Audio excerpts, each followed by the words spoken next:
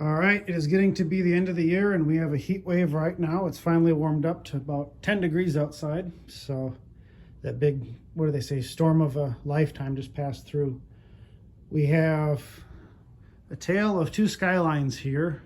Obviously you can't see the back glasses yet, but this guy over here I've had for, I know I picked it up in the fall because when I drove in to pick it up, the lady who sold it to me was outside with the leaf blower. So it was not last fall, it was probably the fall before last. So I've had this one for maybe 15 months.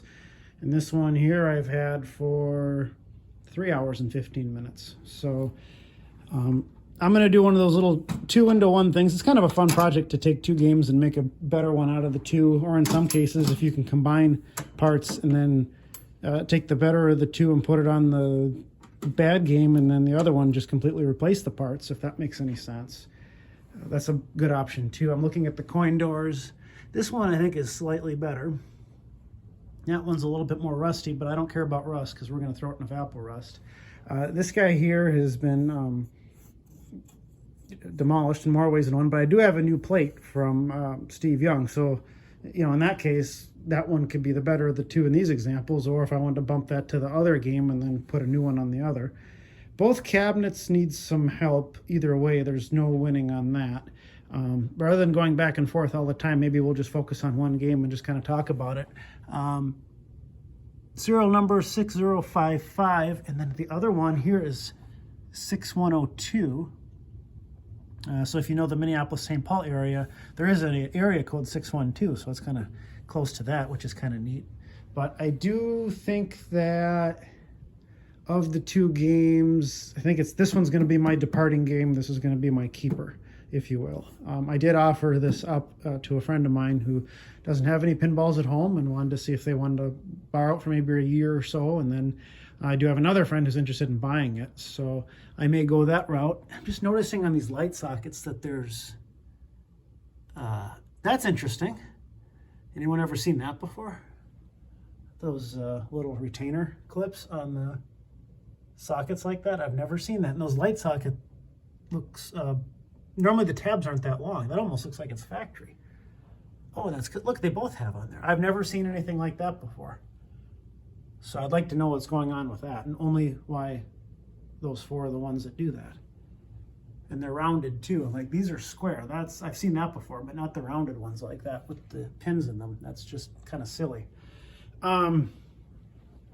So let's just say this is going to be the departing one. The reason I chose that is there's a little bit more damage on the cabinet than the other, and we're talking slightly because they both got damage, but mostly because I've got a little bit of a hole in there, and that's where you go to kick off the machine. So that's somewhat considered normal wear and tear. Where's that little thing that pops up to shut the game off? Yeah, that guy right there, that's where the hole is for this little piece that's supposed to slide up. When you kick it, it opens up that switch. So another thing we can do is look at the meters. That's 61007, and we have 11,955. Now I want to know, is this actually 11,000 or 111,000? This one's a bit more dirty on the inside. This one's a bit cleaner on the inside. However, let's just put the playfields down for a second. I want to know why that's doing that too. That doesn't seem to have a good reason for that. Let's put the playfields down. Look at this one here. There's always those little telltale signs of figuring out what's going on. And then this one's had some coils replaced on it too. So you can definitely tell that that's had its share of play. It hasn't rolled over, I'm guessing.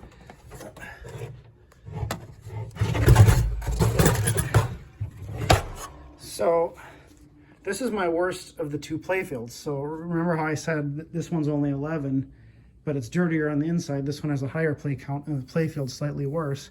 Who knows if it was just bad luck, but from a playfield perspective, I mean, we have a little bit more flipper drag on here, and that's kind of incidental because all you have to have is something come loose and it goes downhill real fast. So that's not really a good indicator, but just in general, the wear, you know, I suppose when they put the ink on and everything like that, if you had a little moist playfield, that could make a bit of a difference, especially around that clock. I call it a clock. I don't know what else to call it.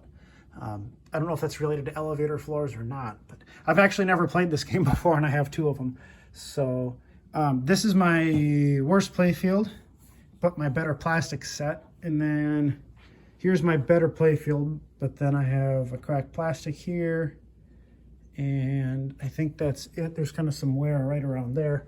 So what I'll probably end up doing is making a new plastic set and put it on this playfield. And then I have, this guy here's missing a nail, not a big deal.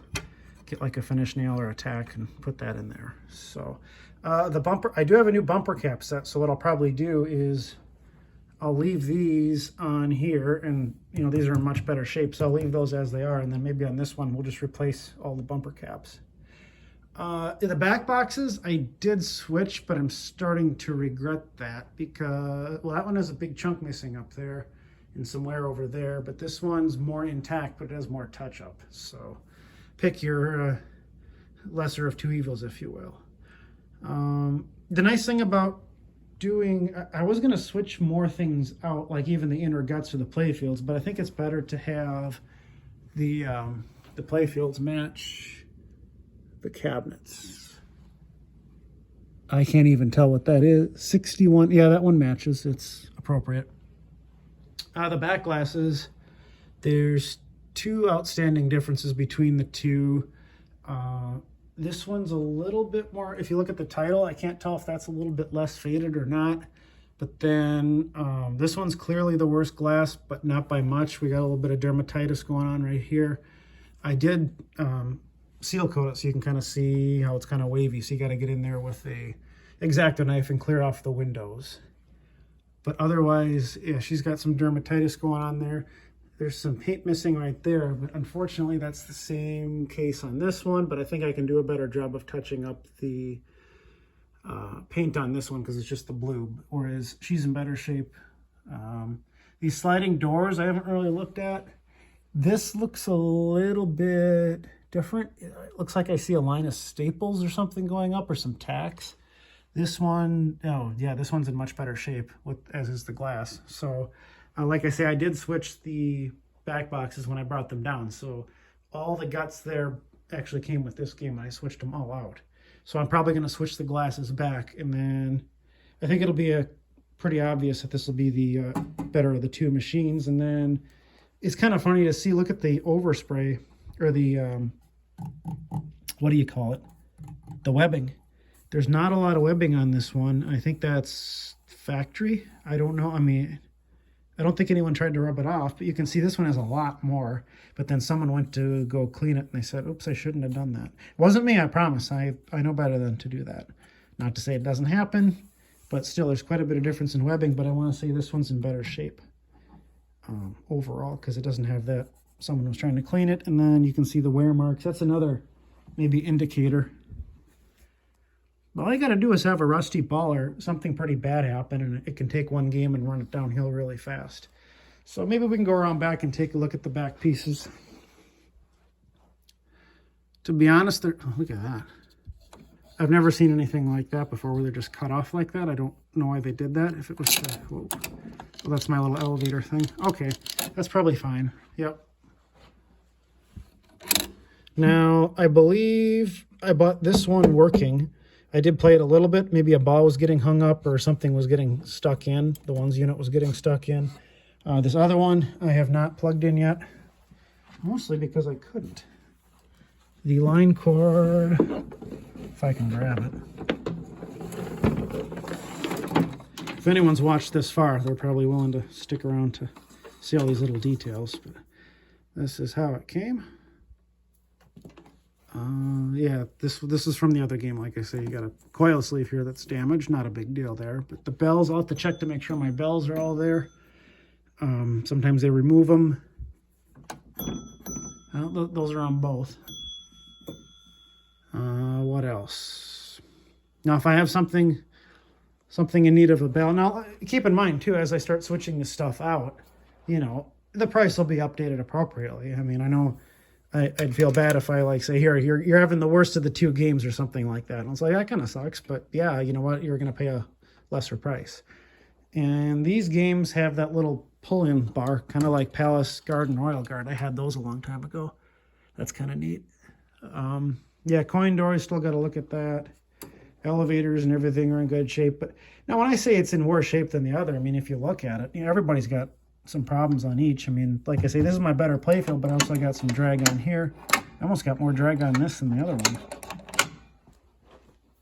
And that can be sanded out a little bit too, but then you take the... Kind of interesting how the right one has more wear. Wonder if there's a coincidence on that or what the deal is. This is at a full flipper rebuild too. So yeah, even though this is the worst of the two playfields, you're getting new flipper coils, completely rebuilt flippers. I might switch these out with plastic pieces.